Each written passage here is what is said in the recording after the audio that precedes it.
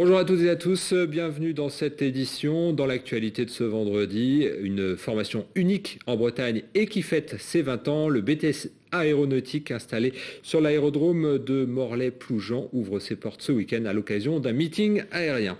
Pour recycler des coques de bateaux abandonnés, une société vient d'imaginer un broyeur géant. Le marché semble prometteur. Un salon de coiffure sur l'eau, elle en rêvait et elle l'a fait. Une jeune coiffeuse rennaise a installé ses bacs et ses shampoings sur une péniche amarrée à un quai de Rennes. Bienvenue dans cette édition du 26 septembre 2014. C'est une formation unique en Bretagne et qui fête cette année ses 20 ans. Le BTS aéronautique a ouvert en 1994 sur l'aérodrome de Morlaix-Ploujean. Guy Abalin a rencontré les étudiants et les formateurs de cette formation justement très recherchée. Depuis 20 ans, des centaines de jeunes ont été formés dans ce hangar, au métier de l'aéronautique. Et Claire et Hugo en seront les prochains diplômés. On nous proposait des mini-stages en 3e. Et du coup, j'en ai testé quelques-uns, dont menuiserie, aéronautique et tout ça. Et l'aéronautique, ça m'a plu. Au final, j'aimerais bien réussir à être mécanicienne pour hélico plutôt. Depuis que je suis petit, l'aéronautique m'intéresse. Tout ce qui touche aux avions, j'aime bien. Et du coup, je me suis dit que ça pouvait être un bon moyen de travailler dans quelque chose que j'aime plus tard. Une fois leur bac pro en poche, tous les deux ont la même envie. Continuer ici en BTS et vivre ensuite de leur passion. Nous sommes fondés sur la maintenance aéronautique, mécanicien, sur les cellules, sur l'avionique et puis sur la structure des appareils. Créé en 1994 sous l'impulsion de la compagnie aérienne Britair, désireuse de former sur place ses prochains mécaniciens, le BTS était à l'époque l'un des seuls de France. Aujourd'hui, les offres sont multipliées, mais la formation marlaisienne reste une valeur sûre et accueille chaque année près de 300 lycéens, étudiants ou adultes en formation continue. C'est une question de réputation et puis c'est simple, il y a de l'emploi derrière. Donc le jeune qui arrive chez nous pour faire sa formation, s'il est motivé, mobile, il aura du travail sans problème et peut faire une carrière très sympa dans l'aéronautique. Voilà, c'est le côté enrichissant de travailler ici parce que on les envoie pas à la NPE. Une formation et des ateliers qui seront à découvrir tout ce week-end lors du meeting aérien organisé sur l'aéroport de Ploujean. Et à 2 pas du BTS maintenance aéronautique se trouve le centre ICAR qui traverse de graves turbulences. Le centre de formation des pilotes de Hop Britair va supprimer 10 postes sur 50. La direction de Hop Britair assure que Morlaix reste la plateforme de formation des pilotes de la compagnie. Les syndicats, eux, craignent une fermeture du site morlaisien à terme, avec notamment le déménagement prochain d'un des 3 simulateurs de vol vers Paris. Et puis pour rester dans le domaine aérien, encore de graves perturbations sur les liaisons entre Paris et la Pointe-Bretagne ce week-end en raison toujours de la grève des pilotes d'Air France. Pour l'instant, seul le départ de Brest vers Orly à 6h45 est maintenu. Ce samedi, les liaisons entre Paris et Brest, elles, sont annulées. Les commerçants des Halles Saint-Louis à Brest n'en peuvent plus. Depuis plus de 10 ans, leurs boutiques doivent être détruites puis reconstruites. Mais une fois de plus, le projet est au point mort. La ville de Brest et le promoteur, la société de Falsbourg, ne sont pas d'accord sur la vocation des lieux. Ce vendredi midi, une quinzaine de commerçants ont manifesté leur inquiétude. Une réunion est prévue la semaine prochaine avec la mairie de Brest. Le littoral breton abrite des milliers de bateaux laissés à l'abandon. Il faut donc les recycler. Une société bretonne a imaginé un système pour broyer les vieilles coques. Objectif, valoriser ces déchets. Christophe Boucher a assisté à la présentation de cette machine de déconstruction à Plouganou. En France, entre 20 et 25 000 bateaux pourrissent dans les ports, les jardins des particuliers ou encore les chantiers navals. Une filière de déconstruction de bateaux vient de voir le jour en Bretagne.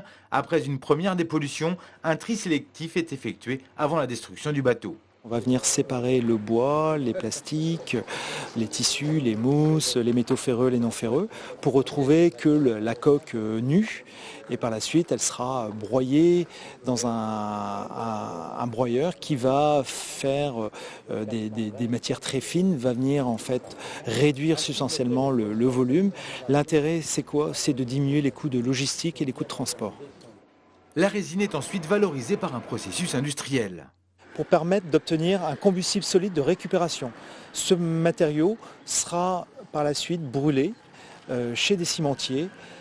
Et tout l'intérêt en fait de cette chaîne, c'est que ce matériau vient en substitution des énergies fossiles, comme le charbon, comme le fioul lourd. Ici, on applique la politique du pollueur-payeur. Il faut compter environ 500 € pour la déconstruction d'un bateau de 4 à 6 mètres.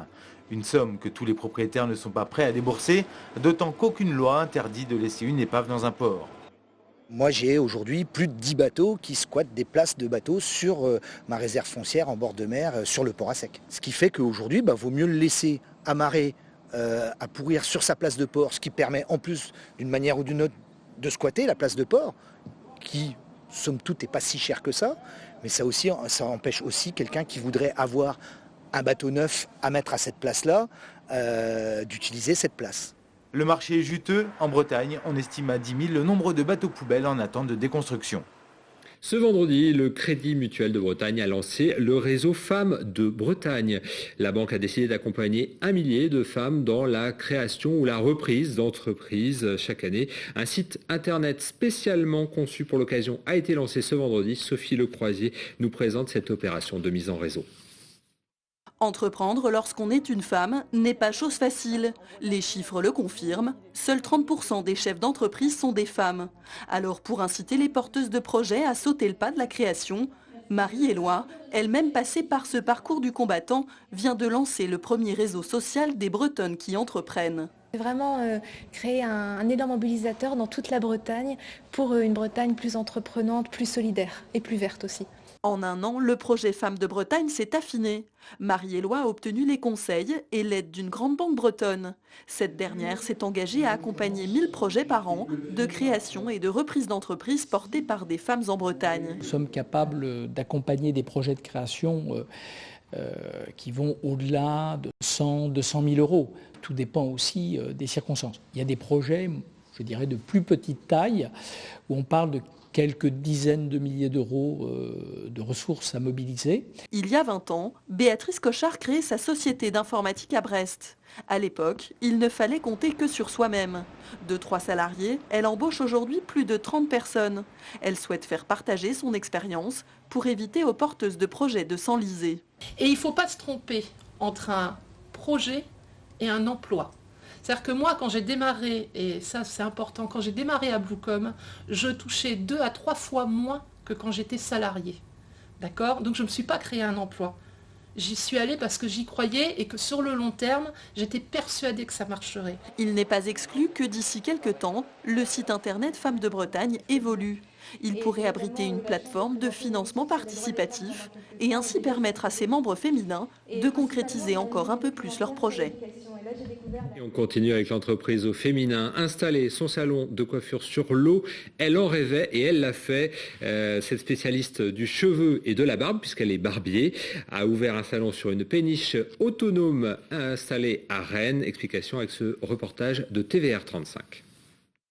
Une péniche qui ne passe pas inaperçue. Depuis 3 semaines maintenant, le salon de coiffure Mouche a posé ses brosses et ses shampoings sur les quais dans le centre-ville de Rennes. À la tête de ce projet insolite, Anaïs Mellet, jeune femme de 29 ans. Mais concrétiser son rêve n'a pas été un long fleuve tranquille. Anaïs a dû attendre 2 ans. Le temps de régler les paperasses administratives, de faire construire son salon flottant sur mesure et de trouver le nom de son nouveau commerce. Un délai qui ne l'a pas découragée car cette idée, Anaïs l'a trouvée depuis longtemps. J'ai travaillé donc 3 ans en fait à Pléneuf-Valandré, donc là un salon vue sur mer et c'était vraiment un cadre extraordinaire de travail déjà, même pour les clients que pour nous. Et donc c'était du coup une envie pour moi de monter un salon, soit au bord de mer ou au bord de l'eau, que ce soit dans une ville ou sur la côte. Anaïs Mellet a construit ce projet avec une démarche écologique. Ces produits utilisés sont tous d'origine naturelle et un dispositif spécifique de traitement des eaux usées a même été installé. Je voulais être autonome en fait, je voulais que le salon Mouche soit autonome sur le traitement des eaux. Donc je ne suis pas raccordée à l'assainissement collectif. J'ai sur le bateau en fait une mini station d'épuration qui traite mes eaux de shampoing et de vaisselle et de toilette. Et j'ai aussi un réservoir qui va stocker en fait mes eaux décolorants sur le bateau et qui est donc pompé par camion vidangeur. Ouvert depuis peu, sa clientèle se compose majoritairement d'hommes. Une affluence masculine qui s'explique par son activité de barbier. Une chose est sûre, Anaïs n'est pas prête de prendre le large, car c'est bien sur les quais de la capitale bretonne qu'elle a fait mouche.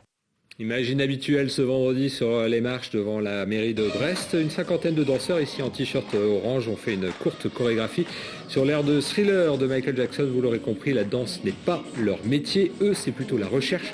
Ces scientifiques participent ce vendredi soir à la nuit des chercheurs à Océanopolis. Entrée libre et gratuite à partir de 19h et jusqu'à minuit pour découvrir les travaux des 1200 chercheurs brestois.